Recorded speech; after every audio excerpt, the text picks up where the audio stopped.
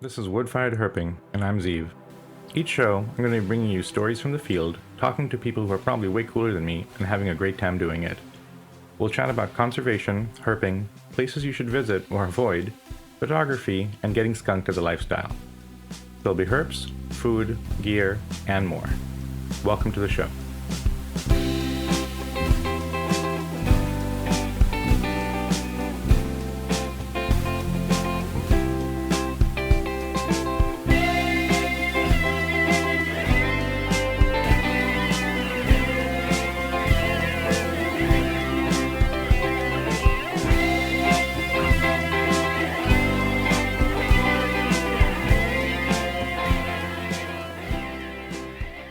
Welcome back to Wood Fired Herping.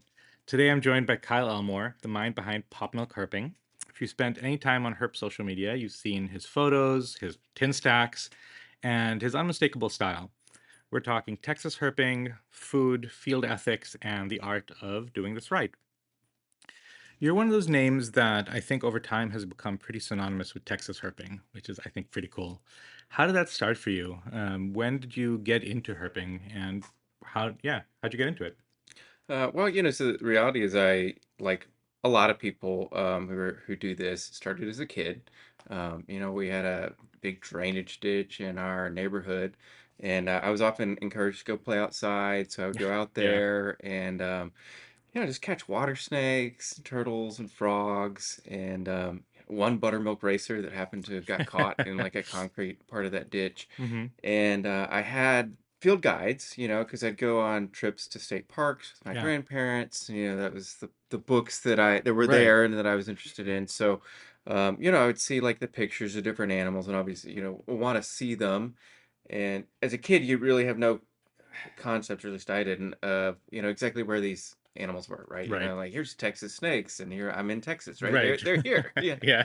Um, so, I had some that I wanted to see, and as you grow up, in high school's different, right? Yeah, It's a little bit totally. social environment, and I, really fell off of, playing outside kind of stuff.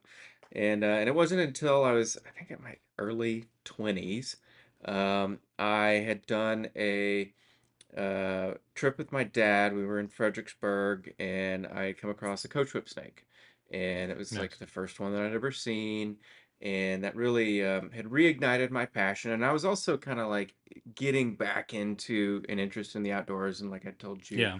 earlier, I'd done same year a trip to Venezuela, and I Cool. got to see Mountain Roraima. I was really into pitcher plants, and I had a little, point and shoot camera. hmm So, I was really getting interested in like photographing the natural world and seeing different things and kind of cataloging it, just getting Yeah. an understanding of what was out there. Um, so that Coach Whip find really catalyzed this, snowballed effect to where we are now. And I, went out into the big thicket and walked some trails, and, wanted to go see pitcher plants, but also, on the way, came across tan racer and spiny lizards and Nice. turtles. And um, in trying to identify some of the lizards, whether that was, in Fredericksburg, or I think it was like a Texas spiny, or maybe it was one of the fence lizards in the Yeah. thicket. I was looking online, and then I stumbled across the Field Herp forum. Okay. And we who have been around with that, Yeah. know what that is. And um What an I amazing place it was. I didn't Yeah. realize that there is so many people that liked the same kind of thing that I did in such a deep way. And that was really, it was like this really big moment where I'm like, oh wow, maybe I found my people. Yeah. And I really started to get involved and, ask questions and see other people's posts and absorb their information. Yeah. And that got me into it, So I went to a couple of the chapter meetups because they used to have those. Yeah. We were the South Back Central before the sub chapter. forums went away. Yeah, Yeah. so um, I got to meet other people in person, and through that, I developed good friendships. I met Armin, Hmm. who has been honestly my closest friend ever since. It's That's been awesome. almost 15 years now, Yeah. and we met on one of those outings. We bonded over our mutual love for timber rattlesnakes at the time, which was my obsession at the moment, which Yeah. it transforms over the years into different things. It's just we now all we all know crazy what that's like. crazy Yeah. lamprey peltis stuff now. But At the Mm, moment, it was timber rattlesnakes, and we got to bond over that, and then did a trip to South Texas together the next year, yeah, and then here we are, just 15 years later, setting stacks everywhere, that's and awesome. So you started herping, or you started getting back into it, really. And have you always been based out of here in Houston? yes. For our listeners, this is my first in-person interview. We're here at Kyle's home in Houston, and yeah, you've always I've, been out of I've Houston? always lived in Houston, and at this point, I feel like I probably always will Yeah, live in Houston. I'm a little cold intolerant, and I like our weather here. yeah, I like the location for herping. It's easy to access a lot of places. really great You location. get Yeah, into Mexico, yeah, and that's pretty close. yeah. So yeah. So you started herping here in Houston, guess when you get back into it. And how long did it take you to go from herping here to spreading out? You mentioned you and Armin went down to South Texas. How soon was that? And how soon did the bug catch to where, like, okay, there's South Texas, there's West Texas, there's Louisiana, there's Snake Road, there's California, there's all this I kind of mean, the thing. bug caught immediately. As soon as I Yeah, found Field Herp Forum and I saw all these places that people were going, and yeah, like Snake Road, like there's the popular right. places, and just seeing their trip reports to various regions really gave me that bug because I wanted to travel and wanted to see stuff because I'd Yeah. just been in Texas. I had pretty limited travel, it's a Hmm. small, I don't want to say small town because obviously from Houston, but I Right. lived in Huffman, which is a pretty small, rural, mostly kind of country Hmm. town where I grew up. But um, yeah, it was really pretty quick. Saw the posts and saw all that stuff from other people that motivated me. But I want to say within like the first year, because I traveled to Baton Rouge, and that's where I met Armin. There Hmm. was like West Feliciana Parish area that they were herping, and we went and flipped logs and found, I think, my first salamanders I'd ever That's cool. seen were there. And I don't think I really got any cool new snakes on that trip, but it was like, Yeah. it's one of those things. But I'm gonna say I had done a little bit of travel. I'd never been to like all the way to South Texas. I think by the time he visited and we did that trip, I'd been down to some of the barrier islands, kind of Mhm. around the coastal bend, and I think that was as far as I'd gone by myself. So, like 3 hour range Yeah. from Houston. Yeah. Um, Something you mentioned the Barrier Islands, and one thing that really fascinates me about Texas, ever since I moved here and started herping here, which is really recent. I mean, it's been less than a year. Is I mean, Texas should be several states or a country, really, in and of itself. The variety and diversity of habitats here. You're in Houston, like you said, within 3 hours, you can be in so many different, Yeah. totally different habitats, and totally different too. Not like kind of different. Maybe another species kind of sneaks in here, like just totally different. Um, if the Barrier Islands were kind of where you were going first, let's talk about those first. What were you seeing there? What's herping the Barrier Islands like? Just in general, then, now, just in general. What's the So, early on, I was really obsessed with seeing king snake, hmm and finding my first speckled king snake. And I ended up seeing one in East Texas at some point, I think that summer, that I really kind of started herping and, getting more social with it. But um, I was going down to the Barrier Islands because I knew that, speckled kings are fairly common around there. And I was really trying to get into those and see those. And of course, down, once you get far enough south, those actually transition into desert king snake intergrades. There's yeah, a region there where it starts to have genetic influence of both. And then the really cool thing is you get milk snakes down that's really there cool. Yeah, a couple of those barrier islands. And that was a really neat thing at the time, especially in contrast to islands closer to Houston, which I've heard historical reports that there have been some, but it really seems like it's not quite the same habitat, and they don't seem to really be there, at least not in the last 30 years. Um, are the habitat on those more? Is it more it's disturbed, more over um, time as well, or it's is it just just kind of different habitat it's kind of thing? different, it's a lot marshier, it's Okay, wetter. right. Whereas you go further south, the dunes get bigger, and it starts more of this kind of rolling sandy prairie behind the dunes, and it's a lot drier. And I think it mimics much of what you get through the sand sheet of Yeah, South Texas, a little bit brinier. But um, I think that was able to facilitate, the existence of milk snakes out there. So Yeah. that was exciting to be able to go down there and have the chance for something like that. It was a different milk snake than I was getting up here Right. in East Texas too. Yeah. The milk snakes up here are, well, now, And but we want to get yes, we into won't touch that. taxonomy. I'd But they like to. were what Louisiana milks up here, Yes. and there you start to get into the annulata more Yes. on the Barrier Islands. That's cool. How far south do you have to go before that transition happens? Or So, really, what it seems to me from my extensive mhm, time looking is there's a pass, Caballo Pass, which I believe that's the mouth of the Colorado River where it comes out into the Gulf. That seems to be the barrier. So mhm, south of there, you can get milk snakes on the island. And that's also where Desert King influence comes into the king snakes makes there. So sense. you can Yeah. start to see that integrating.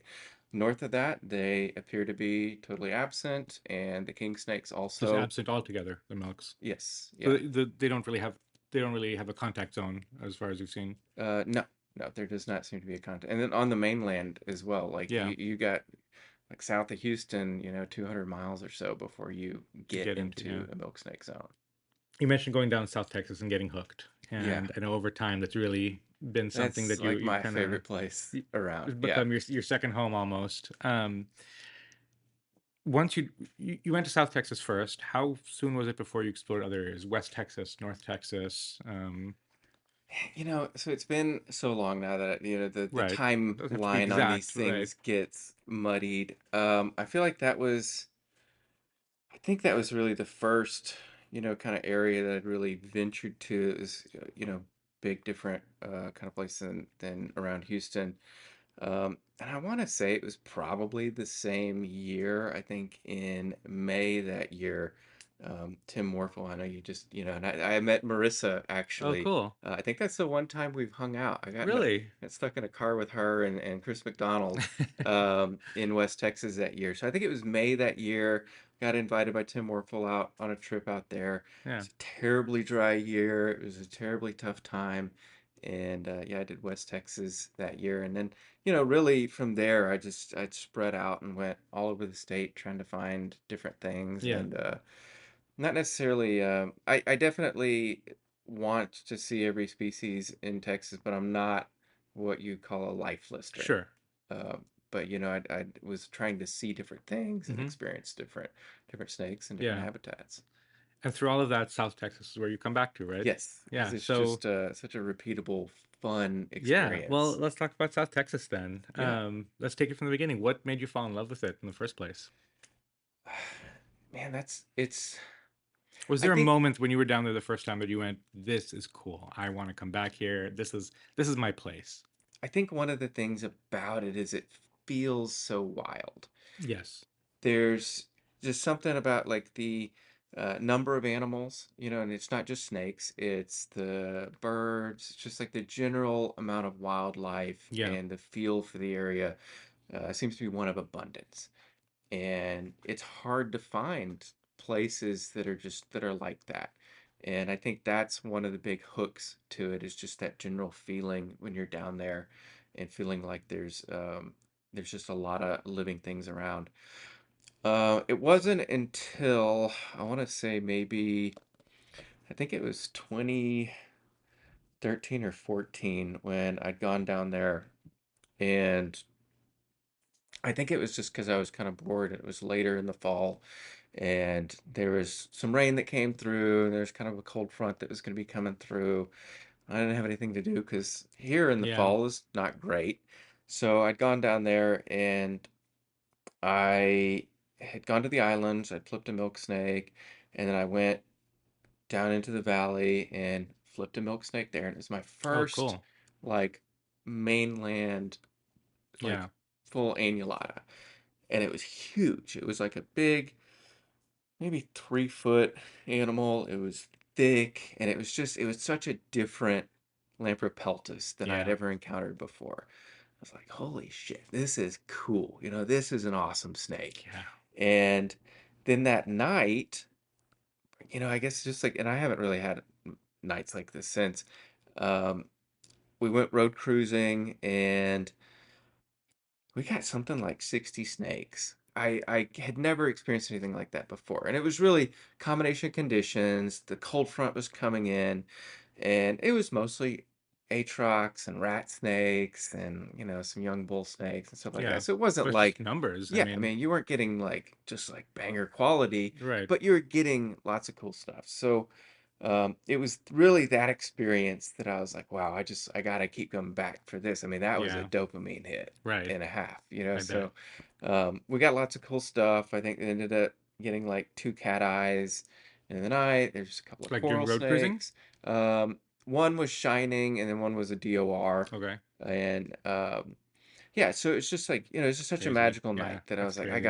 I gotta go back. I gotta like, one, I need more milk snakes Right. because that was a cool milk snake, and I need more of these numbers because there was nowhere else that I'd gone that I'd had something like that. And honestly, I haven't really had numbers like that Yeah. since. But you're still chasing the You get that dragon. first hit, right, Yeah, yeah, gotta keep coming back. Yeah. The hit's never as good again, but you got, Yeah, you gotta yeah. make sure you try. And it's different now. Hmm. Where that's clearly evolved into a totally different animal. And Right. now, I mean, I'd have to be real bored to go road cruising Sure. out there. Now it's this big flip game. So the next year, I went out and I met up with a buddy John Eagleton, Hmm. who we'd kind of been introduced the year prior, and he was coming down to South Texas, and I was like, well, hey, let's we'll meet up and go look for milk snakes, and we ended up finding a few and kind of really just hit it off, and just like finding those animals, and they were obviously weren't the same, but we're just staying up all night road cruising trying to find those, and that really just catalyzed that addiction. I spent most of the next year throughout like the summer road cruising, just exploring Yeah. all of South Texas, not just the valley, but just like the rest of it, and trying to find milk snakes in different areas and just getting to know it. There's Yeah. many sleepless nights on random dirt That's the best roads kind. in Yeah. counties where you wouldn't see a single person for almost That's the entire night, that's awesome. and a lot of snakeless nights, but it helped me learn a lot of things, and I Right. figured out a lot of stuff in the process and discovered some really cool areas that I could keep coming back to. So yeah, so milk snakes became kind of your thing pretty quick. Yeah, I totally understandable. Tricolors, I think tricolored lamps um, are like that. I think my first Sonata was like that too. And I haven't spent enough time looking for them since, and haven't been very successful the few times I have. But there's nothing like a tricolored lamp. So I totally get that. You mentioned how now you'd have to be really bored to go road cruising, right? Because you've kind of evolved from that to flipping them. You kind of yeah. mastered the art of flipping them, or working on it. When did that start? When did you start going, wait, I can flip these, and then from then, not only can I flip these, but I can target them by flipping them, Yeah, so that was kind of the next evolution. So the following year, so I spent that whole summer discovering places to go road cruise and figuring out, what I needed to make the magic happen, and find milk snakes. And I got somewhere around 30 or so that year, Nice. which, like And it's a phenomenal year for one most of the people. other Yeah. allures was that it just didn't feel like there was a lot of other people doing that at the time. I Right. just like didn't know anybody else that was going out finding that many at all. Yeah. You'd see some people find one or two in a year, and that Right. felt special. So my buddy John and Armin and I planned a trip the next spring, and I'd identified this area with a little network of dirt roads that I just absolutely loved because it was very reliable. Hmm. There wasn't a ton of snakes there, but most of the snakes that you'd find would be a milk snake. Awesome. And I was like, let's go do a trip. We're gonna go for a week, and we're gonna road cruise every night and stay up late doing Right. it too, Cruise all until we night. find Yeah. stuff. And that's essentially what we did. Now we didn't cruise all night because it ended up being cooler than we expected, but I got down there with John, I think the first night, and then Armin. I was picking him up the next day, and then I go show John, here's the area we're gonna road cruise, and I like turned him loose, and I Yeah. left. And 30 minutes later, he calls me. He's like, I got one, and 30 minutes after that, he's got another. So we ended up Goodness. Yeah. cruising five of them for the trip, but during the day we wanted to like go do Yeah. Do stuff. So it something was during like the day. Yeah. we had always been under the impression that you just couldn't really flip a lot of snakes in South Texas because it gets too hot. Yeah. It's like it's not worth your time. Right. That's what we'd always been told, but we're like, well, we don't have anything else to do. Let's just go see what Right. pops up. So, we'd had a few sites that we'd go to, and one of them, we're sitting there in bed at night, on our phones and looking through things, and Armin finds this one place, and it's essentially what it is it's a caliche pit. So Hmm. basically, there in South Texas, you have the sandy soil substrate, which makes up most of the sand sheet, but it's caliche is essentially like pre-limestone Okay. almost. So it's compressed. It's not quite rock, but it can It's on form its some way to rock. there. It's on its way, and they'll dig it out and use this to make concrete with. Okay. And you'll get these different caliche pits throughout South Texas, Hmm. and this one in particular, they dumped every bit of garbage that they'd ever had in this caliche pit, Yeah. and we could see it there on the map. And we're like, oh yeah, let's go check that out. That looks cool. And we go there, and I want to say it was within like 5 minutes. We flipped over a sheet of tin, and there's this perfectly coiled milk snake Wow. under that. And this is in the, shade of an acacia tree, and just like it was just picture perfect. And that, like, really sealed it for me because like they're at like here where we're flipping milk snake in this hot, dry place, Crazy. and then it was like the wheels start turning. Like, why did that happen? Right. So, we keep going through, and there's another pile of tin, and it's sticking out of this large, like, mass of mesquite branches and other wood detritus. Hmm. And Armin and John are going through this while I'm flipping other sheets around, and then all of a sudden John like does a dive, and he like dives into this stack of sheet metal, and then comes rolling out the other side with this huge milk snake. And he's Oh like, "I got wow. another one." So here we are. We've been there for 10 minutes, and we've Yeah. got two milk snakes, and then a handful of other just like, and we were pulling like 7 or 8 rat snakes out of that stack of 10, and that Crazy. really like that was like, okay, what is it about, like, why is Yeah. there so many snakes in this, and there's the milk snake?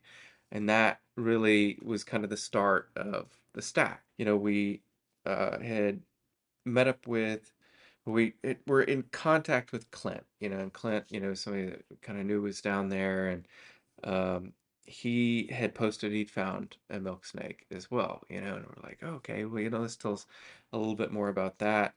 And that's when we kind of joined forces, and we met up with him, and, kind of saw the situation that was producing a milk snake down there. And we're like, well, here's what we know, here's what has worked for you. Let's see what we can do to replicate it. And Yeah. now I think we've got closing in on like 210 stacks Crazy. down there, Yeah. and now we're at a record of 13 milk snakes in a day, Yeah. and it has just kind of snowballed out of control, and That's in the nuts. best of ways. Yeah. We've found some really cool places, and now really good at identifying that microhabitat and setting up exactly what the animals want and being able to find them. How much did you guys experiment when you were trying to dial it in? Experiment with different materials, different orientations as far as sun, shade, a mix, lengthwise, smaller pieces, bigger pieces. How much of that was part of the process? I feel like it was fairly early on that we dialed into it, um, and I think there's a culmination of a variety of experience just in other herping, right? Yeah. It's not like we were just doing that area. We were herped in Right. Louisiana, and throughout East Texas and Mississippi and all these other places, and knowing how things behave in different areas, we're able to see, well, why does this work here, and what is restricting us from finding sex? And that's really the question to solve in South Texas is Right. like you've got to cover like why doesn't it work sometimes, and how can we Yeah. maximize the time in which it does work? And as a result of that, we come up with, well, we need to set it kind of partially under shade. So some point in the day it's going to have shade on it. It's never going to be too hot. You give it all these different layers so they can go up and down and find the right flip number, as we Right. like to joke, right? Like a sleep Yeah. number bed. Yeah. Um, like ensuring that it's on a kind of moisture gradient in the soil where you've got some sort of wetland nearby or some sort of body of water or harder soil that is going to absorb more moisture near that sandier soil where those animals are going to go hunt and spend more time in the summer. So that kind of transition zone. So we kind of knew all those things, and we really kind of dialed in, I think, very quickly as to, well, how can we maximize all these conditions and hope that that snake is going to be using it when we are out there. Yeah. I mean that's cool. And so over time, the experimentation has more been just how much more can we put out, Yeah, it's kind of how thing. much more Just because we got on it, and I don't know. I'm sure there's obviously ways to improve, and I mean, I I'm think we're sure that always improving as yeah, I'm herpers. So sure yeah, that add more layers or find exactly like the right um, number of sheets that's appropriate, right? yeah, Because maybe if you put 5 sheets, that's the perfect number, and that's a favorite setting for mine. But hmm, maybe it's really 7, or maybe 3 is sufficient. right. But we haven't really like tested There's so anything many out with variables and that, like and there's a good day, a bad day. How do you know if it's the 10 or the yeah, yeah, totally. exactly. Um, I think we also knew pretty early on, just from experience down there, that plywood was not going to be it. Now, granted, it definitely works sometimes, right? You can get the right set of conditions and weather that there might Right, be something under plywood, but it's a much narrower set of circumstances. It's like the same as you have a single sheet, right, and it just happens to be a good day for that single sheet, and there's a right. snake under it. But that's not most days, and Yeah, you can't predict what the weather's going to be, and you can't. right. Especially here in Uh, Texas. I mean, it's amazing how fast yeah, your guys' weather changes. definitely. Yeah, yeah. It's interesting in out west. I think a lot of herpers really prefer boards to tin. Um, but it's because really tin sites out there are single sheets, I think, and single sheets of tin get hot really fast, Yes, they do. you know. And so there it's the inverse thing. It's boards are easier to do more of the year. There's more for time, but tin you have to get the right day to hit tin because it's single sheets. You know, you have to get that perfectly cloudy day with just enough UV coming through. I don't know many people that are doing tin stacks out west, and I'd be They interested to see should. how it works out. Yeah, I'd be interested to see. So you're talking Yeah. about some tent stacks out west, and I won't disclose who or Hmm. exactly what state, but it's one of the western states, a little Sure. bit further north, and Hmm. they have set up Further some north, I know that some people are doing. Yeah, they that's have right. set up some stacks of tin out there, and I think as of this year, I think he set them over the winter, Hmm. maybe, and then got success in it this Nice. year. So, and that was after, Yeah. getting to see what we did and having that experience with us. So, I thought that was pretty cool to see, somebody get inspired and make that happen for themselves. And, Yeah. I think, I think that can work in a lot of places. Yeah. You Yeah. got to I find think somewhere where you're not going to lose your 10 and, right. you And I think can do it's it. it's about kind of broadening your horizons. Like I was saying, a lot of herpers think the tin gets super hot because they only have experience with the one sheet. And something that really blew my mind because I just never thought of it with your guys' stacks is that if you have five, six pieces of tin, it can be a hot day. I mean, we went out, what was it, in June, and it was 90 something degrees out and the sun was brutal. And we were flipping Yeah. tin. And yeah, the top two layers were almost too hot to touch. Yeah. But down in the bottom, it's really nice and cool that the heat doesn't transfer through tin the way people expect, you know? Yeah, well, and that's also, one of the great insulating properties of air. So Right. in between the layers, you have that layer of air, and that helps insulate down to the next layer. So really, Each layer uh, really has its own temperature gradient kind of thing going on. yeah. And I think really at the bottom of that, your max temperature is, your air temperature or even a little bit lower. Yeah. Um, what do you think? 'Cause I know a lot of people experiment with tin, especially a lot of people have been inspired by your guys' videos and seeing the success you guys had, and are very quickly not replicating the success that you guys are, right? Which is because you guys have it locked down in the right area and stuff, and you have it's right for that. And like what you were saying earlier, what might be right in one place might not be somewhere else. What do you think people get wrong about setting up tin? Um, Um, I think or something that really should be more of a focus when you're setting up tin than just like, hey, this works over there, I'm going to do the same thing here. Like, what's the thought process behind it more than just let me replicate it? I think for me, like one of the key details with what that I like to focus on that I feel like a lot of people miss the mark on is creating something that looks and feels like it is part of the habitat, like it's integrated into the habitat. So Yeah. I will dig out the ground, and clear that out, clear out a space so the tin can lay there very well. Hmm. I will then, kind of bury in all of the edges and seal that in really well so that not like where it's prevented from having an Sure. animal enter it, but you want to prevent light from entering it a whole lot. You want to prevent the moisture wicking away, and you don't want a bunch of wind coming through there. Sure. And one thing I see a lot of people do wrong is when they don't layer it the same way, and that kind of stackazine Yeah. method, they don't clear out the ground and they don't really pay attention to that detail of kind of covering up those edges to really help seal it in They because just kind again, of put a stack on the yeah, ground. it's just like it's just sitting there, and eventually over time that will settle in, Sure. right? It's just the consequence of time. It Right. will become part of the earth more so, but you can accelerate that and really mimic that underground facsimile that you're trying to give the animals, and it gives them kind of, I think, that extra little bit of comfort where they're like, oh wow, this has all these things. It doesn't need to settle. It's Yeah. It's there. part of our It's world this already. little oven, and Yeah. I like Yeah. I like everything about it, and there's food in here. Yeah.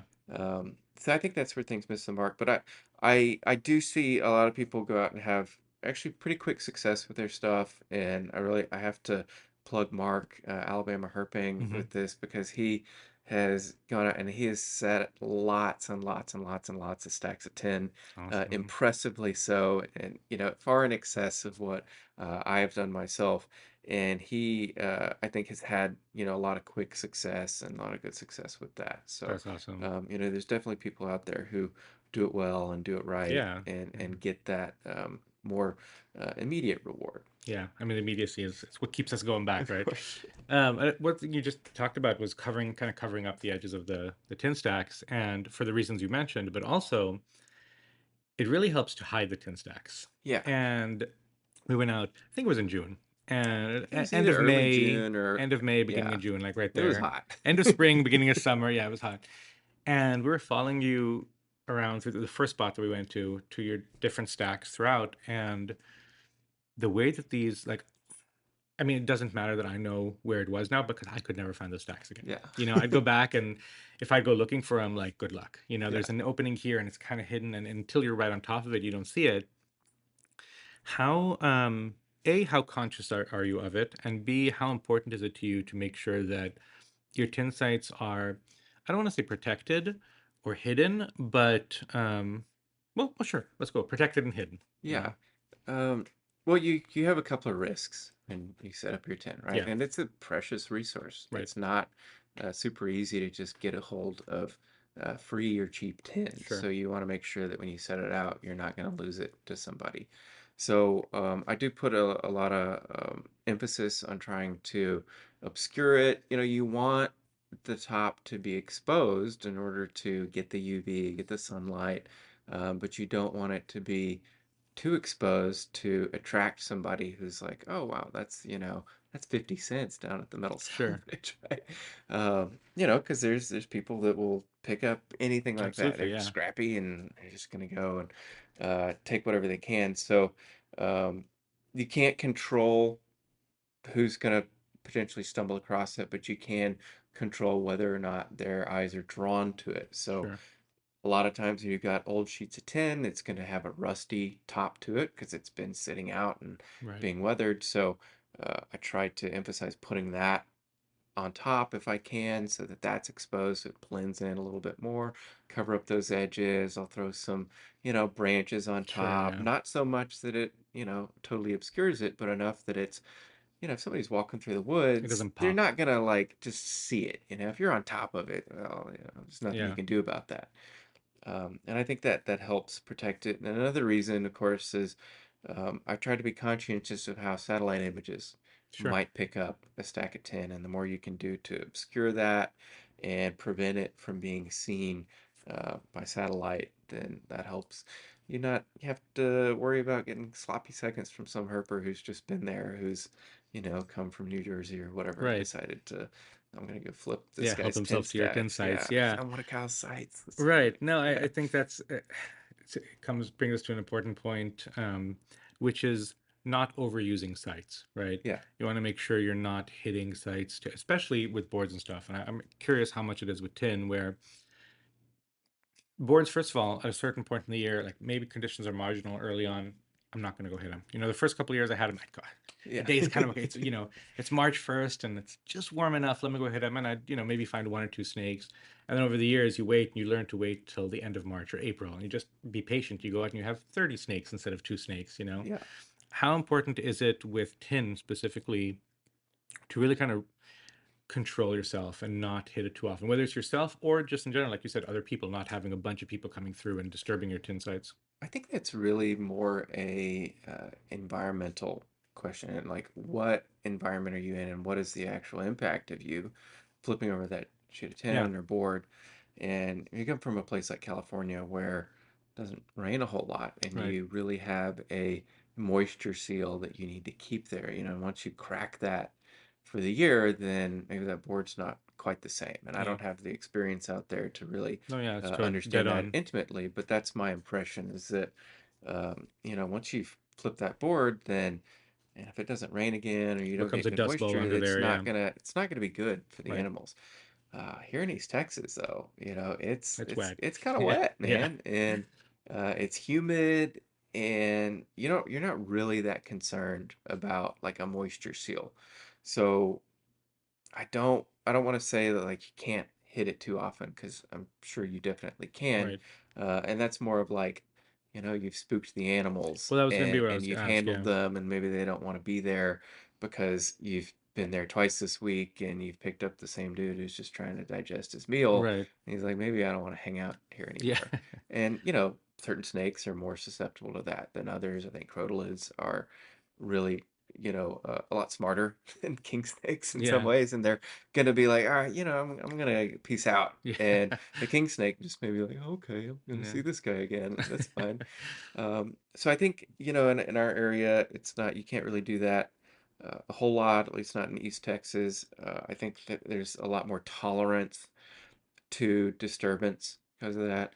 Now, just out of habit, I might go check a site maybe 2 or 3 times in Yeah, the spring, and that's just because that's my interest level and that's right. the amount of time I have to dedicate to it. South Texas, I'll go probably 3 or 4 times a year, go down there and visit and check the sites, and usually, about a month in between or so. And there you have a little bit more stricter environment. It's a lot drier, or can be a Yeah, lot drier. We've had some really blessedly wet years recently, and that helps a lot. And I think that, flipping over this stuff can affect that, but it's also a fairly humid environment too. So that sure. humidity kind of helps create those situations where things want to be on the surface, and it may not be as disturbed, Yeah, right, by your coming there, right? but So like you're flipping usually them. Yeah, like our first time going to visit a site down there, it's had the whole summer to have grasses and stuff grow over it. So we got to clear out a lot of material, sure. just to like access our stack of tin. Because the And grass is just growing the over it. grass just grows over it Yeah, and it gets just totally swallowed up. Well, after like we start doing that, we do that a few times, and then by this time the spring comes around and we're coming for our spring visit, well, that's not there anymore. That right. seems like a really nice seal and keeps everything in. It doesn't really seem to matter to the snakes, because by the Interesting. time that we're done with it, and there's really not any grass around it, Right. it looks kind of bare. Yeah. The snakes are still going to be there. So I think in our case, it doesn't seem to be a big impact. Yeah. Um, you mentioned also the satellite imagery thing. Um, in a time that everything's online and a lot of herping reconnaissance and herping, like you mentioned when you guys were down there, you're at the end of the night, you're on your phone trying to find where you're Yeah. going, right? And we all do it, and it's been such a help to us herpers, but it's a double-edged sword, right? Because everyone can do that. Yes. How do you draw the line between sharing and protecting? Because you do a lot of social media stuff. You have your YouTube channel and you have your Instagram, which is just such a great Instagram. If you guys aren't following Kyle, go check it out. Your photos are incredible. We'll get to that. But Thanks. um, how do you kind of balance that sharing versus protecting? What do you hold back? What do you share? Um, I do suffer from a little bit of paralysis from that because, Yeah, there's conflict every time you share something. 'Cause it's like, if I do this and there's going to be more interest, it's like, yeah, I want to generate that excitement and generate general interest in catching snakes and show that to more people. But then there's the other side of that where that interest is generating people want to come sure, down there and maybe abuse sites, or you just get too much herp tourism in an area. And I really try to keep my sites very secretive. So I do a lot to try to obscure them on satellite images. And we've got some expert sleuths where it really seems like they're kind of kink, for lack of a better word, with the yeah, herping is to find other people's sites. Like mine is to go through this long, drawn out process where I get, delayed gratification sure, because I've gone and invested this tin and time, and I wait, yeah, right? Wait for the souffle to come out of the oven. right, Where other people, so their thing is like, let me go find these sites. I know these dudes have put in a lot of work. I want to go see what is under their work, right? So I have to be very conscientious of like I can't show really any of the like features in the background, which kind of is unfortunate because you can't talk about you the lose a lot of habitat too much. You context you that way. lose Yeah, so much context to like yeah, here's why we're here, because there's right, this feature, there's these aspects of the habitat, and I can't talk about that because as soon as I start talking about that and all these other things that I know influence the ability of density of herps right. and milk, especially milk snakes in that area, well then it like suddenly starts to narrow down where to look, and it makes it easier to like, well, even if you can't find the exact like stacks of 10 on satellite, It can only be in maybe these you could, yeah, places, right? like, well, okay, well, if we think about all these different things, and maybe this is the only place it could be. So I have to keep that really close to the chest, which is really unfortunate because it takes Yeah, so much out of the story, and then the story absolutely. just becomes like, look, Kyle found a bunch Good. of milk snakes, Yeah, and that's fun, if you're into herping and you love catching snakes and finding snakes, then seeing that reveal, that prize as you're going through the layers of 10 is a lot of fun, but it's not educational, yeah, right? You can only get so much out of it. So that causes a little bit of paralysis in like releasing content um, and developing content. But you really have to do it for the sake of the animals. And I don't want to go out there and have some kid who's just all about social media having right. been to my site a couple of days before, and then I'm like, Your wow, all this tin's stuff pulled looks aside and it's not put disturbed. back And a together. lot of them Yeah, are good about putting it back. Some of them are not. right. But even if they are, it's just like it really takes away from it when I'm like, finding a snake I mean, that you've put years I into these sites, know and I've like done all Yeah. this work, and then I think one thing I want to say about that too is it's not just about, something that a lot of newer herpers, I don't necessarily mean that age-wise, but people who get into it new, really like to accuse herpers who've been doing it a while of gatekeeping. And there's definitely a balance there. There's definitely some gatekeeping I think is necessary, and some that people overdo for sure. yeah, Um, but with the example you're talking about, I think it's not just about kids coming and flipping your stacks. Milk snakes are, for lack of a better term, highly desirable, right? yeah, And people are going to come and they're going to take those milk snakes. You guys have milk snakes that you guys see season after season, time after time, right? yeah, You and guys I want name to, them, you recognize them on yeah, I sight, want you to see flip, and those I love guys. those videos you flip when you go, oh, that's Yeah, Tinzo, Tenzo right? Ferrari, yeah, Exactly. Um, and someone discovers that, and I would go so far as to say maybe even now Tinzo is even more desirable, right? Because now yeah, everyone knows him and yeah, they can tell their friends, look, I have that milk snake, right? And so it's not just about protecting it for your sake and for you to go back. It's protecting the animals. It really is. No one cares about an emery, a Great Plains rat snake. Someone's not going to drive down to South Texas to poach a Great Plains rat snake, but a milk snake they will. I mean, indigos they yeah. will too. Luckily, indigos are a little more common, but it's totally understandable to want to protect those sites for that reason too. Yeah, and especially I think, as that relationship has changed from just finding a milk snake and then getting that encounter to now it's like you said, we see the same milk snakes over and over again. We've named them. Yeah. We look forward to, man, it's been all these months since we've like gone out there. I can't wait to see some of the old faces and see who's back, and then Yeah. who are the new faces? Like, who Right. are we going to be introduced to this year? And yeah, I think it would just be really devastating to like know that somebody has found one of those animals and then taken it home because, Right. like they're really cool and Yeah, I mean, you they're have a a lot cooler relationship when not just with they're the place, but you have a outside. relationship with those animals now. It's a whole Yeah. thing. It's the place, the animals. It's like what stack of 10 is he in this time? And it's cool Yeah, to like okay, he's been in 3, 4 different stacks and see how they move and kind of taking that a little bit further. I mean, obviously, there's a lot of old time herpers who poach. I don't want to say that new herpers are more likely to be poachers at all. Maybe even the opposite. I think it might be the opposite. I think it is the opposite. I think newer Um, herpers have really pushed away from that. yeah, I mean, there's And I definitely think still that's the collecting. You know, there's definitely still, especially the trophy species, milk snakes, alterna. You know, that kind of stuff. There definitely still is, but luckily that's much more of an old mindset of seeing snakes as commodities or that kind of yeah. thing.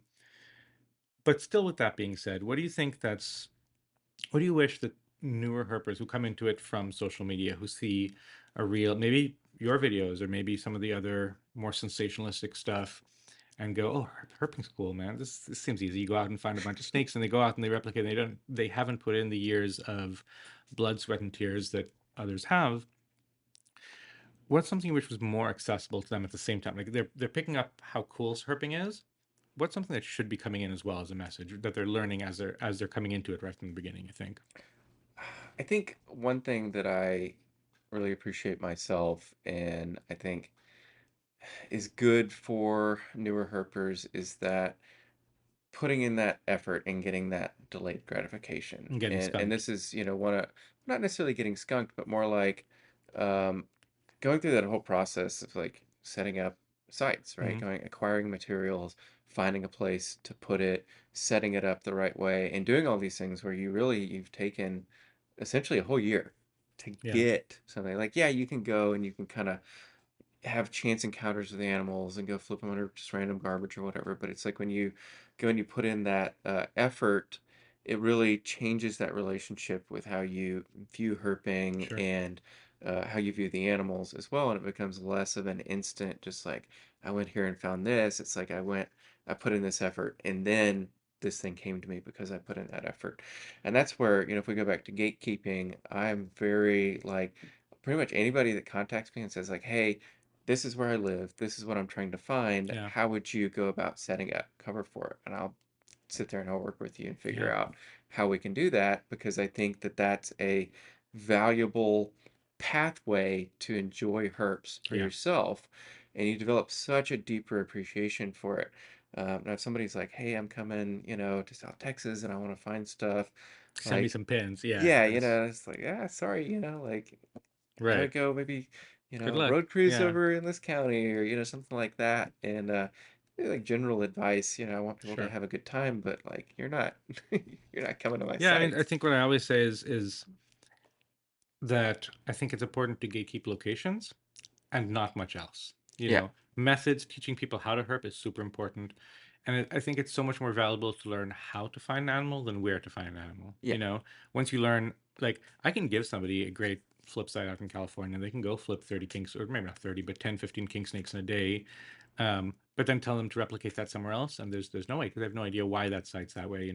But teaching them, hey, you want this kind of habitat, these kind of conditions, this is why it was so good on that day, and having them be able to, like you said, in their own area replicate that is not just rewarding for us as far as no one's hitting our spots, but just rewarding for everybody, to be able to. I mean, don't get me wrong, when I first started I wanted the easy thing to, Yeah, hey, we where all should I go do, spots, and there were absolutely, the first year of herping, I think, some people had shown me some spots, and the following year, which was my first full year herping, in when I got back into it, I hit those spots over and over and didn't branch out. And then once I started branching out and figuring out, okay, why were those sites good and why did they stop being good the seventh time that I went, in a week? yeah. Uh, where else can I do this, and how else can I do this?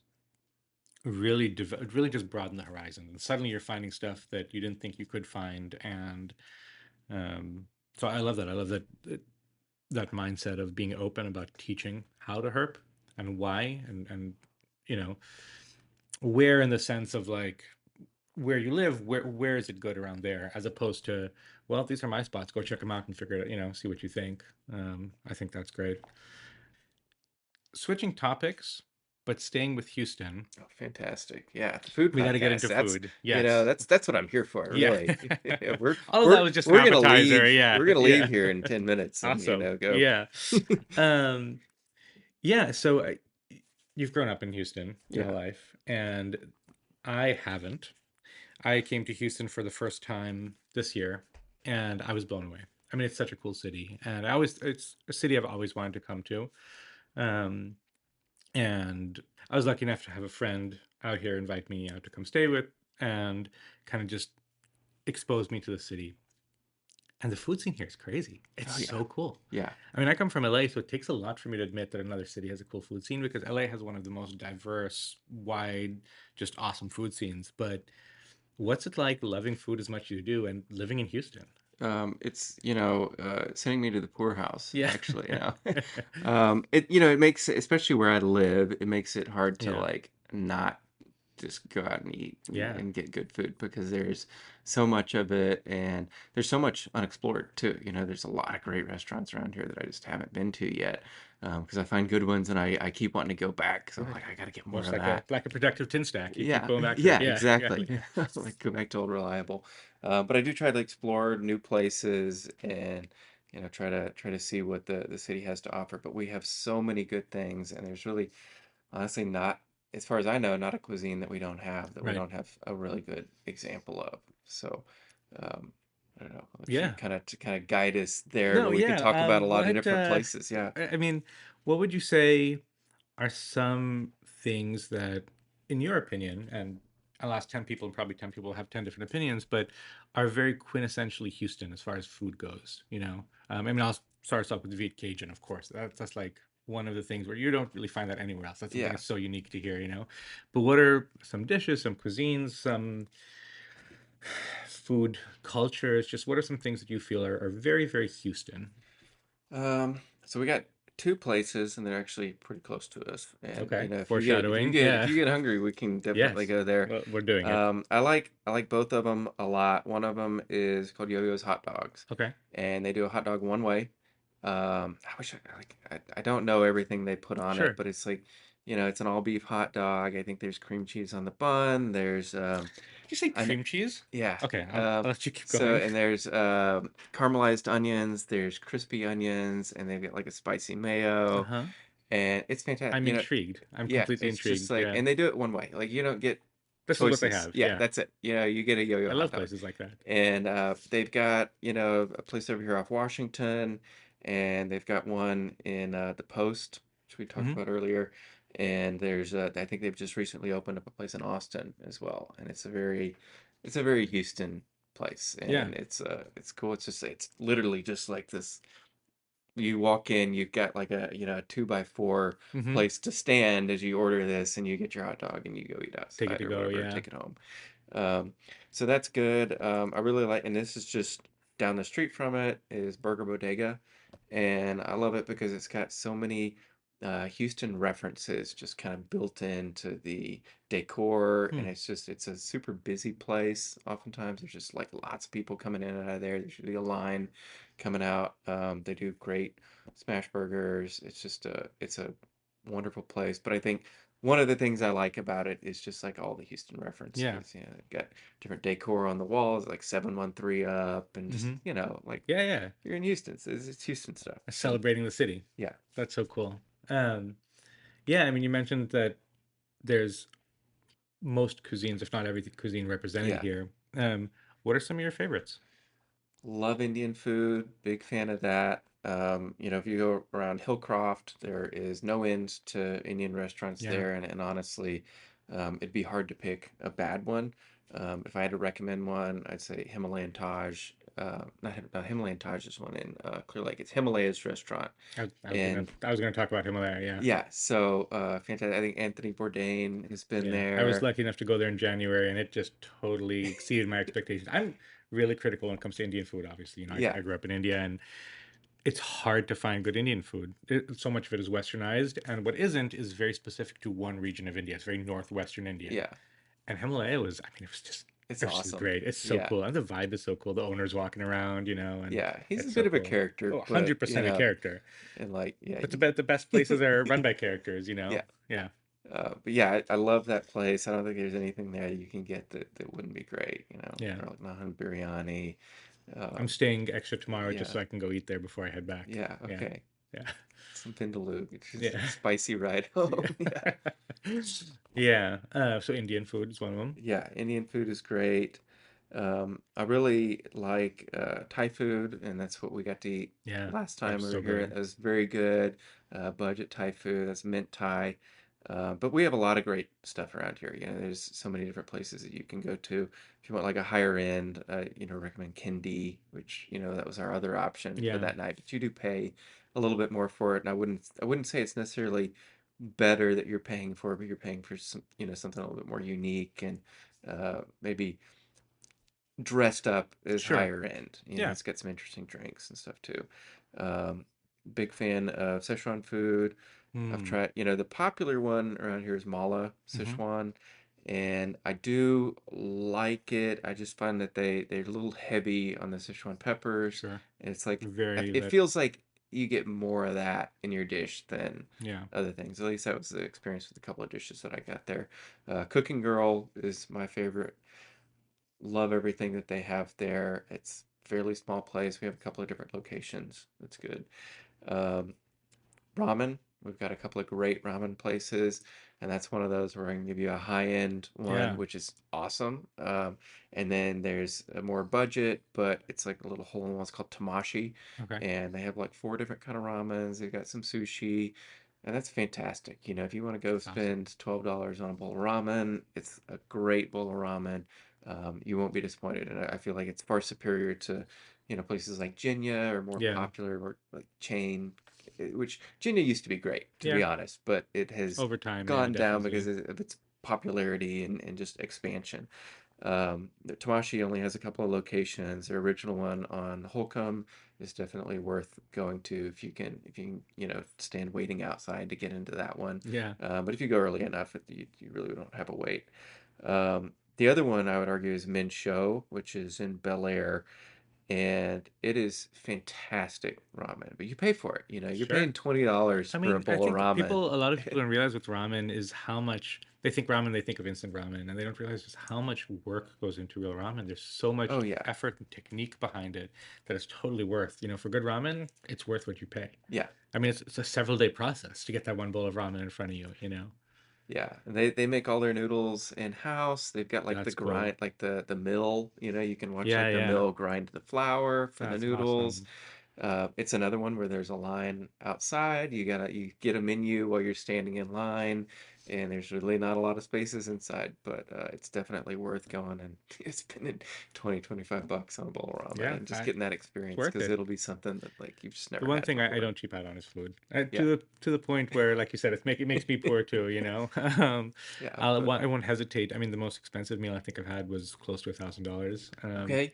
And I mean that one's done. I remember it years Oh later yeah. that it cost. I remember the price more than I do some of the dishes for sure. But like I did it, and I didn't hesitate to do it. But spend $100 on something I need, it'll take me Yeah. a weeks to decide to do it. But food, right Oh away. yeah. Yeah. Yeah. I never regret No. money spent on food. It's experiences. It's so important, I think, to have those, to be able to enjoy those experiences. Yeah. Food and herping is something that I think, and when I was first starting this podcast back in 2022, and when I was bringing it back and telling people who hadn't heard about it, kind of what it was, I got a lot of weird looks. Like food and herp, those don't really go together. But I think nothing really goes together better with herping. There's no better meal than you could possibly have as like the one after at least Yeah, like the way I'm a slave driver when I go herping sometimes then we're not eating until we're done herping, yeah, a right? So hundred percent. you're gonna get whatever gas station snack Right, and Gatorade, and that's gonna sustain you until we're done. right. So there's really no better meal than that one that you have at the Yeah, well, end of that that's what I day. was gonna ask is when you're done herping, what do you eat? I mean, gas station snacks aside, if you have the choice, you're coming back into the city and it's late, probably not a lot's open. Is there something you're going to grab? Um, that's the unfortunate thing is, yeah, especially in America, Late fast nights, food not is yeah. open late. Coming back here, Velvet Taco actually is open until Okay. like 3 a.m. Yeah, it's a bit of a chain. It's Yeah. pretty good stuff there Good. though. So that is definitely a go-to if I'm coming back late. But often I just end up getting some kind of fast thing. And I don't want to be in a restaurant in the state that I'm in Sure. after having been out all day. I Very smell fair. like Yeah. snakes. I'm dirty, like my fingernails have dirt under them. I Yeah. just feel gross to be in a public place. So if I Sure. can just pick up something, I will, or just wait and eat something at home. Um, Yeah. No. yeah. Totally. When you're out somewhere way out, like when you're in Nuevo Leon, are you again? Is it just being sustained on snacks? Are you cooking out in the field? What are you eating out there? So, with that, you have to also build in time for food because it's Yeah. not as fast out there. You have That's to something that, yeah, Hanson and I were talking about on you the have to think episode. about, well, I'm out here and the only thing to eat really is, I mean, snacks, but it's not going to sustain you Not for for a very week, long. yeah. So, you have to plan for that. And there's a lot of stuff that's like fairly quick. There's a lot of little roadside places. And honestly, one of the best meals I had been herping all morning and I don't think I had breakfast. I think I had like some kind of little, um, abarrote snack, Yeah. that I got that morning, some kind of little cake or whatever. And I was out until probably 2 o'clock. And finally I was just like, I'm hot, I'm tired, I need food or I'm gonna die because Yeah. I have a headache. Yeah. And so, I go into town and find a little pollo asado place. And this dude, I'm like, un pollo asado because I don't Yeah, speak that sure. much Spanish. Yeah. And, he's like, cumpliado. And I'm like, sí, cumpliado. Because I don't know how to say how much I actually want. I just like want a few chicken legs or something Right. like that. He comes out with a whole chicken. I get the whole thing. And it was fantastic because I was Yeah. starving. Sure. I ate the whole chicken. I ate every That's last bit awesome. of it right there in about 15 minutes. So like, out of the country in Nuevo Leon, you just gotta understand, especially if you got a group that, if you're gonna go out and go into town and eat, it's gonna take you an Things hour, move and you slower, gotta yeah. like, anticipate that. And I'm the kind of person like I get out there, I just want to keep going. I gotta keep looking for snakes, and you also have to sustain yourself, so Right. and to slow down a little bit. But honestly, some of the best food that I've had, on a herp trip was out there, just like getting to try little different taco places and get to experience like the, real Mexican food Right. in Mexico. Yeah, it's interesting. The taco places you're mentioning and the pollo asado are kind of street foodish, which I think when Yeah, you're going somewhere new, there's no better way to understand the soul of somewhere than eating the street food out there. yeah, I love street food, and I think the street food scene in the U.S. is really sorely lacking. I mean, you have some things like in LA, you have the LA dogs, yeah. and in New York, of course, you have the your dirty water dogs and stuff, and there's taco trucks. So we have a great food truck scene, but really just street food the way it is in the rest of the world, especially let alone Asia. I don't know how much you've had a chance to travel in Asia. I haven't. I mean, I did a trip to India for Right. a family wedding, like so it was last year, about a year ago, but I was not allowed to eat street food during Yeah. that, so I didn't get to experience it. Yeah, I think going I mean, I've been fortunate enough to growing up in India was a lot easier, of course, to travel through the rest of Asia than it Yeah, is when you're based here. Um, and eating street food in these places is just amazing. I mean, it's just the quality of the food out of these. It's a cart on the side. Literally, it's a wooden platform with four wheels, and the food that they're putting out of there would put most restaurants to shame. It's yeah, just amazing. Um, yeah, I love street food. All right, so with all that having been said, we're getting to what's quickly become my favorite part of this new season, yeah, which are my recurring questions, and it's just fun. So, you said you listened to Marissa's episode and you're halfway through Hanson, so you kind of have an idea for how they work. But I'm gonna throw them out there, answer them as short or as long as you want. They're just fun, yeah, I mean, they're yeah. The first one is one that I think is important for me to think about for myself a lot, and I think it's just a good thing for us to be focused on as a community, What gives you hope for the future of herping, of science, of what we do?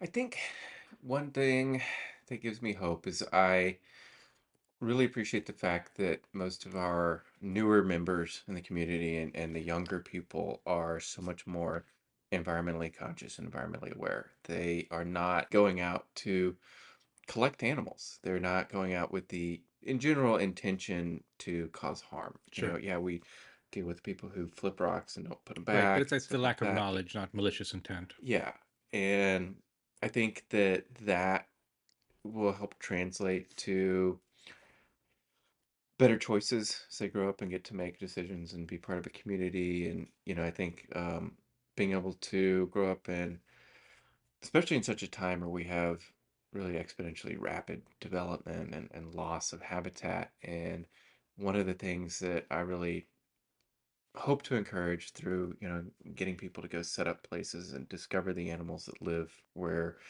they do, is to understand that loss of habitat and the loss of those Yeah. animals. And I think having the young people that are environmentally aware and conscientious of what's happening, they can appreciate that loss so much more, Yeah, right? definitely. And that gives me hope because I think they're going to make better decisions as they grow up. That's awesome. I agree. I totally agree with that. What's something that we as a community as a whole, the herping community, need to stop doing?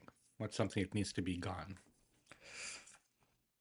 Yeah, this was one of the hard ones. I was like, Yeah, it's yeah, what do we hard. need to stop I mean, doing? these are fun questions, but they're not easy questions, you Yeah, know. no, I agree. Um, I think I want people to step more away from like herp tourism, where they feel like, it's, and not to like pick on the life Sure. listers, because I think I can understand the They, appeal they're easy to pick on, with yeah. that. Go ahead. I like to pick on it, but Mm-hmm. um, I think shifting away from just like we're going out to see a species and Yeah. check it off the list and to see it once, and instead more get into, your local area and really understand what you have and where all the animals are, and like shift to that, Getting a whole picture of the yeah, thing. that deeper level understanding of what's in your area, as opposed to, let me just like be like, this is my next trip. I'm going to go to Thailand. I'm going to go to Costa Rica. I'm going to go Sure. to Ecuador. I'm going to go see all these things and have this exciting time and share all these pictures and see how cool I am. And, focus more on like, this is what I discovered in my area, and Yeah. how we can appreciate it. So, like, there's both sides, right? Because you want to go to new places and have new experiences. Right. And But there's I definitely think something even with valuable that, in that. when I go somewhere new, it's very much about it's very rarely for me. I want to go somewhere new because I want to see X species. It's and I think it's something that I very consciously try to do with my photography is the reason that I started doing wide angle in habitat shots is because of that, because these animals don't exist in a vacuum. It's not just a snake on a white background. They're part of their environment. There's a whole food chain, there's a whole ecosystem, the niche that they occupy. And when I'm going to look for something, like when I went out to West Texas, I wasn't going out there to see Alterna. I was going out there to experience West Texas, and Yeah. we didn't see that many snakes. We had a great trip because I really enjoyed it, and we saw some species I wanted to see because so much of it out there was lifers, but we didn't see the exciting stuff. I mean, Yeah. we found a rough green, and I was over the moon about that because Yeah. finding a rough green That's a out cool there, thing yes, to see out that's a there. cool thing. Not a lot of people see it, but we didn't see an alterna. And for me, that was totally fine. I didn't come home going, ah, man, I can't believe I missed it, because I went and shined You the do cuts for enough them. trips and you Yeah, might sure. like But I went and got to look for them. I got to yeah. shine the cuts. I got to spend all night walking the cuts, and I didn't see one, but I got to enjoy the experience. And seeing one would have just been part of that experience. So I don't feel like I missed out. So I totally agree with that. That's Yeah. awesome. Okay, the opposite. What's your herping hot take? What's something that you feel might be an unpopular opinion or something that you think is other people might not think? Yeah, God, this is a hard one It's the too. hardest one. I know, like hot take. I don't think Yeah, I I'm have a asking you whole to put lot of yourself on the spot. And I mean, I don't have a whole lot of hot takes. yeah, Um, it's I all feel like popular. I feel like yeah, not Yeah. really necessarily popular, but um, I feel like, my thing is, I don't like the sensationalist Hmm. stuff, and nobody cares about your life list. Okay, Another that's one, definitely a hot take. that's There you go. definitely, nobody cares about your life list, because it doesn't matter how many snakes you've seen if you're just like, if that's all you're doing. And it's basically the same commentary I had on your last question Hmm. is, um, you know, But no, if your back whole them. I point of like it. herping Yeah. is just to go check off species, then I don't. It doesn't generate a lot of respect from me. Hmm. It's when you go and put in effort and you work for something that generates that respect. So I don't care Yeah. about your life list. Fair. All right. Last one, and one of my favorite ones. What's either your best or worst, or both, post herping or post trip meal that you can remember? Meal, food I experience, think I kind of anything. already said one of The those. pollo asado Let was me. one of them for sure, Yeah, but it's definitely one of them. I think. it Um, doesn't necessarily have to be a specific meal too. yeah, Just what's something that like, I think, and I hope that Clint doesn't get upset for me name dropping the restaurant that we go to all the time. But we go to this place in South Texas at the end of every trip that we do down there, called La Vaquita. hmm, And we get this big, well, we used to get, I think they called it like a cazuela, and it would be like 40 tacos in wow, it. And it would, we normally have like four yeah, yeah, people or whatever. So it's like 10 tacos a sure, that's person not on bad as average. much, yeah. And and they're little tacos, so they're not super big. We get a bunch of trompo and costilla and Mm, beefsteak, and mm, it's just like it's the experience, and it's the tradition of it that I really love. And we do that every time we're down there. that's It's like awesome. I come away feeling fat from La Vaquita, and it's really honestly one of the best places down there. That's awesome. Yeah, the food scene in the valley was really interesting to me, and when I was there in It's pretty good. January, It's it's a growing. good food scene. There's some different There's even stuff like a showing up. Facebook group devoted Yeah, to it that I think Clint turned me on to. I think it was, yeah, or I found it. But and there's cool stuff posted there, and every meal we had there was great. I had some of the best tacos I had down there ever. And coming from someone who lives in LA, that takes a lot for me to admit, yeah. But that's cool. Awesome, Kyle. Thanks so much for coming on the show. It's been so much fun. If people want to find you on social media, YouTube, where should they go look? I think if you just Google pop milk or PopMilk Herping, it Yeah. should come up. But on Instagram, I'm PopMilk_Herping. There's some kid who years ago just got Pop Milk, and Uh, he's still there. yeah. I don't think he does anything, but he's taken the name, so I can't just have that.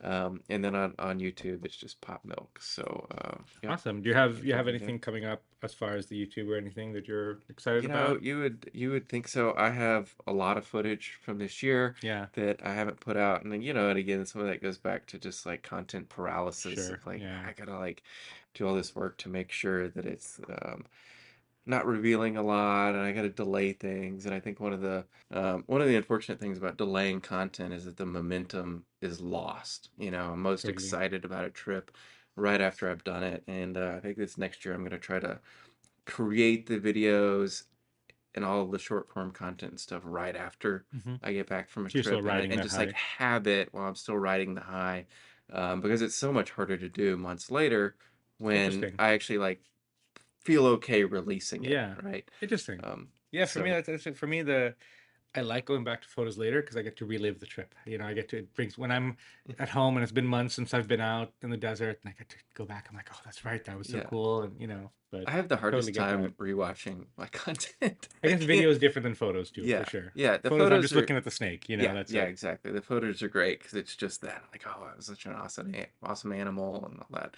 The videos, like, I tried playing some videos for my dog to so he feels like I'm here or whatever, and I'm Yeah. like, listen to him in the background before I leave. I'm like, I hate this. Like, I don't want to hear myself because I get Yeah. silly because No, I'm excited about an animal or whatever and say the dumbest things. I But think that's cool. I think that's what I love about the YouTube videos that Herpers put out, and it's just the excitement. You get to yeah, relive that. When you go out with someone new who's never seen something before or never been there before, you get to relive that experience with them. I'm sure you've experienced it too, right? yeah, Something you've seen 1,000 times, but they're super excited about becomes exciting to you yeah, too. yeah. And Your seeing you get excited excitement is about flipping infectious. something is, it's infectious. So that's awesome. Well, thank you. And you guys definitely check out his YouTube videos. They're awesome. And the Instagram, like I said, your photos are just killer, man. I really, really always admire just how clean they are. Your photos are just so pure seems like the wrong word, but there's a Clinical. no, not I'm clinical. There's a lot of life. self-deprecating a little bit Yeah, here. but I know You're an artist. I know that people like I will often think that photo like field guide style shots can be clinical, but I think that they definitely can be. But there's something that's some of my favorite photographers, and you're one of them for sure, managed to do is bring a lot of life into that. And with yours, your lighting, there's a lot of warmth often in your photos, and there's a lot of richness to it that field guide style shots are often just so, brightly illuminated and flat Yeah. and clinical, and yours Yeah. aren't. So I Well, really thank you. appreciate that. Thank you. As far as the show, you can wherever you're listening right now, you can subscribe to it there. Please rate it. Now that we're in the third episode, I'm going to start asking guys to rate the show because it really helps the show. And I would just love to know what you guys think. You can follow you can join the Facebook group, the Wood Fired Herping podcast group, which I keep saying I'm going to cut the name down. I haven't done yet, but I will. And thanks for listening in. Until next time.